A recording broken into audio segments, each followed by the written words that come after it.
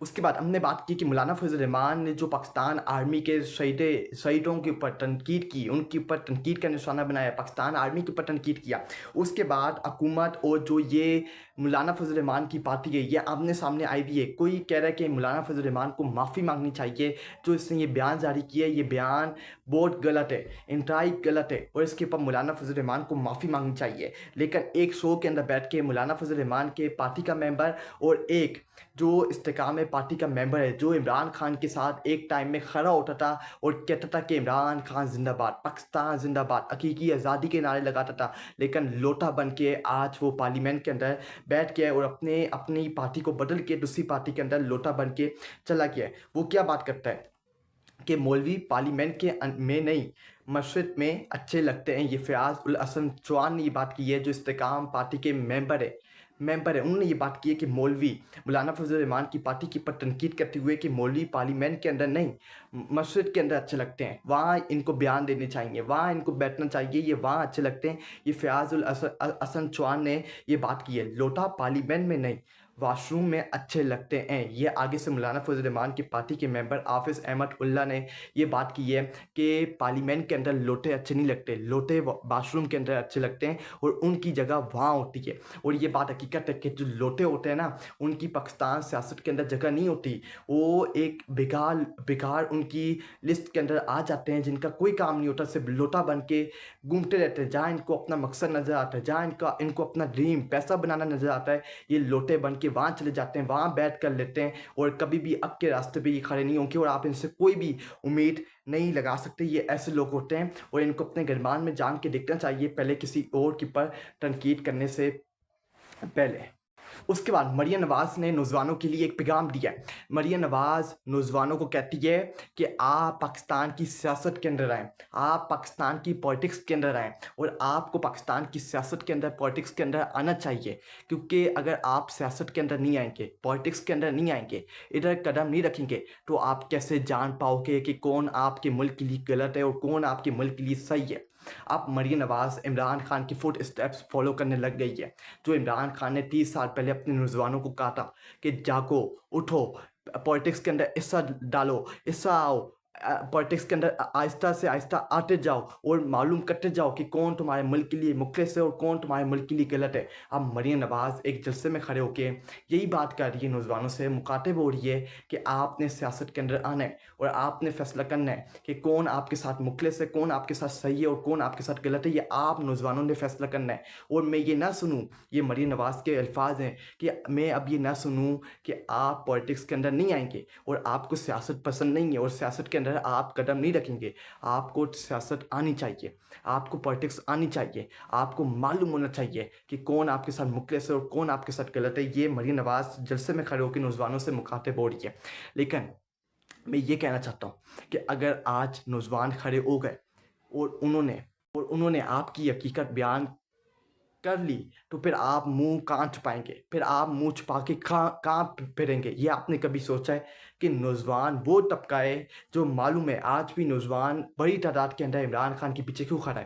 کیونکہ نوجوان جانتا ہے کہ ہمارے ملک کی آخری امید عمران احمد خان نیازی ہے۔ یہ جو اوپر دو خاندان بیٹھے ہوئے ہیں یہ اس ملک کی امید نہیں ہے، کیونکہ انہوں نے پلان بنایا ہوا ہے کہ ہماری آگے آنے والی نسلیں بھی اس ملک کے پر حکمرانی کریں گے، اس ملک کے پر قبضہ کریں گے اور پیسہ اور لوٹ مار کرتے رہیں گے، اس ملک کو پاکستان کو نقصان پہنچاتے رہیں گے۔ تو نوجوانوں کی، پاکستان یوتھ کی آج بھی بڑی تعداد کس کے پیچھے کھڑی ہے؟ عمران احمد خان نیازی کے پیچھے کھڑی ہے، اور وہ جانتے ہیں، اور یہ ہم سب نے 8 فروری کے الیکشن کے اندر دیکھا ہے، جو 8 فروری کا الیکشن 2024 کے اندر ہوا ہے، ہم نے دیکھا ہے کہ کس طرح نوجوانوں نے بڑی تعداد کے اندر نکل کے عمران احمد خان نیازی کے جو بھی امیدوار تھے، جو بھی ان کے سمپل تھے، ان کو ڈھونڈ کے ووٹ کاسٹ کیا اور پیغام دیا کہ عمران خان پاکستان کے ساتھ مخلص ہے اور کھڑا ہوا ہے اور ان یزیدوں ان فرونوں کا مقابلہ کر رہا ہے، ان دو خاندانوں کا مقابلہ کر رہا ہے اور ہار ماننے کو تیار نہیں ہے۔ انہوں نے کتنے کیسز عمران خان کے اوپر بنائے، عمران خان کو نیچے گرانے کے لیے انہوں نے کیا کیا کیا۔ عمران خان کے اوپر عدت جیسا گھٹیا ترین کیس بنایا گیا، عمران خان کے اوپر گڑی چوری کا الزام لگایا گیا، عمران خان کے اوپر 190 ملین پاؤنڈ کیس کا ایک جعلی کیس بنایا گیا، عمران خان کے اوپر کتنی انہوں نے لمبی سزا عمران خان کے حوالے کر دی، اس کو جیل میں ڈال دیا، اس کی بیوی کو جیل میں ڈال دیا، پی ٹی آئی سے بلہ چھین لیا، پی ٹی آئی سے ان کا سمپل چھین لیا الیکشن سے پہلے۔ لیکن نوجوانوں نے ये बताया कि जब नौजवान खड़ा होता है, आप देखें बंगाली के नौजवान, बांग्लादेश के नौजवान, इंडिया के नौजवान, आज इंडिया के अंदर एक एक तहरीक चली हुई है और वहाँ नौजवान निकले हुए अपने हकूक़, अपने राइट लेने के लिए। नेपाल के नौजवान, इंडोनेशिया के नौजवान, श्रीलंका के नौजवान, किस तरह इन्होंने अपने हकूक़, अपने राइट इन अपने मुल्क के अंदर जो छोड़ घुस के बैठे हुए थे, उनसे अपने राइट, अपने हक उन्होंने छीना।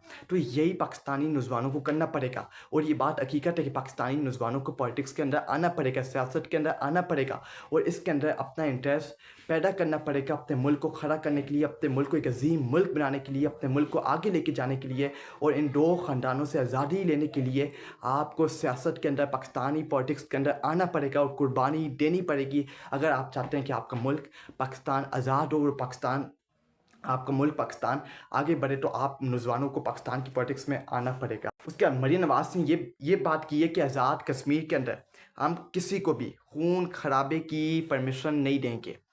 अब 2 महीने होने वाले हैं कि कश्मीर के अंदर ना इंटरनेट है, ना खाने पीने की अशिया उनके पास मौजूद है।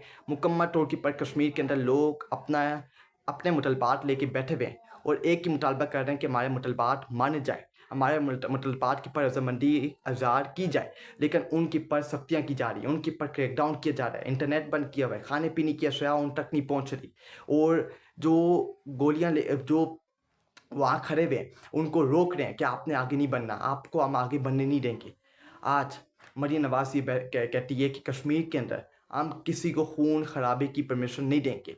ये पीएम लैंड की सियासत की एक तरबियत है, ये पीएम लैंड की पॉलिटिक्स का एक हिस्सा है कि ये लोगों का खून बांटते हैं और फिर लोगों को कहते हैं कि हम खून खराबे के अंदर हिस्सा नहीं लेंगे, हम खून खराबा नहीं करते, खून खराबा कोई और करता है, ऊपर वाले करते हैं, हम नहीं करते। ये सबसे बड़ा इनका फ्रॉड है। जब भी इनकी हुकूमत आती है, जितने भी कत्ल हुए हैं, जितने भी लोगों का खून बहाया गया है, मासूम लोगों का खून बहाया गया है, मासूम लोगों को मारा गया है, पीटा गया है, उनका खून बहाया गया है, किसकी हुकूमत में हुआ है? मुस्लिम लीग नून, नवाज शरीफ की हुकूमत में, मरीम नवाज की हुकूमत में। टीएलपी के साथ किसने जुल्म किया? मुरीदके के अंदर किसकी हुकूमत के अंदर ये सब कुछ हुआ? मरीम नवाज की हुकूमत के अंदर ये सब कुछ हुआ। क्या मरीम नवाज आके ये कह सकती है कि मैंने जो मुरीदके के अंदर ये सब कुछ हुआ है टीएलपी के साथ तरीके लब्बैक पाकिस्तान के साथ मैंने किया, वो मैंने नहीं करवाया। जो पीटीआई के साथ 24 नवंबर को 2024 के अंदर 24 नवंबर के अंदर डी चौक के ऊपर हुआ, क्या ये किसकी हुकूमत में हुआ? पीएम लैंड की हुकूमत में हुआ। ये सब कुछ पीएम लैंड ने करवाया, पीएम लैंड इसकी जिम्मेदार है। आप देख लें मॉडल टाउन के अंदर जितने भी कत्लेआम हुआ, जितना भी खून बहाया गया, वो किसकी हुकूमत में हुआ? पीएम लैंड की हुकूमत में हुआ। लेकिन फिर ये अपने आप को फेस सेविंग के लिए बचा के पतली गली से निकल जाते हैं और आवाम को चूंटियाँ बनाने की भरपूर कोशिश करते हैं। लेकिन आज हकीकत है कि ये पीएम लैंड एक कातिल जमात है जिसने लोगों का खून बहाया है, मासूम लोगों का खून बहाया है और इस सब का इनको हिसाब किताब हर हाल में देना पड़ेगा और ये हिसाब किताब इनसे लिया जाएगा क्योंकि इस दुनिया के अंदर भी ये ज़लील होंगे, रुसवा होंगे और आखिरत के अंदर भी जिनका इन्होंने मासूम लोगों का खून बहाया है, उनका खून इन्होंने बहाया है, मासूम लोगों को मारा है, पीटा है, उनकी ज़िंदगी तबाह बर्बाद की है, लोगों की माएँ बहनों की ज़िंदगी तबाह बर्बाद की, नौजवानों की ज़िंदगी तबाह बर्बाद की। मुल्क के अंदर इस मुल्क को एक अजीम मुल्क बनने से इन्होंने रोका। इस सब का हिसाब किताब इन पीएम लैंड, मुस्लिम लीग नून, इस शरीफ ख़ानदान को देना पड़ेगा और ये लोगों के कातिल हैं। और आज मरीम नवाज़ एक जलसे में खड़े होकर कहती है कि कश्मीर के अंदर हम खून खराबा नहीं होने देंगे क्योंकि कश्मीर के अंदर इलेक्शन आने वाले हैं और ये इलेक्शन की खातिर इन्होंने गिलगित बल्टिस्तान के अंदर भी जाके इन्होंने यही बात की है कि मुझे क्यों निकाला गया। और अब ये कश्मीर के अंदर जब इलेक्शन आए तो इन्होंने अपने बयानात तब्दील कर दिए हैं। इन्हीं की हुकूमत है ना, इन्हीं की हुकूमत ये बैठे हुए हैं ना, तो ये मना करें। अगर इनके अंदर इतनी हिम्मत ज़रूरत है तो ये मना करें और इंटरनेट वहाँ खोलें।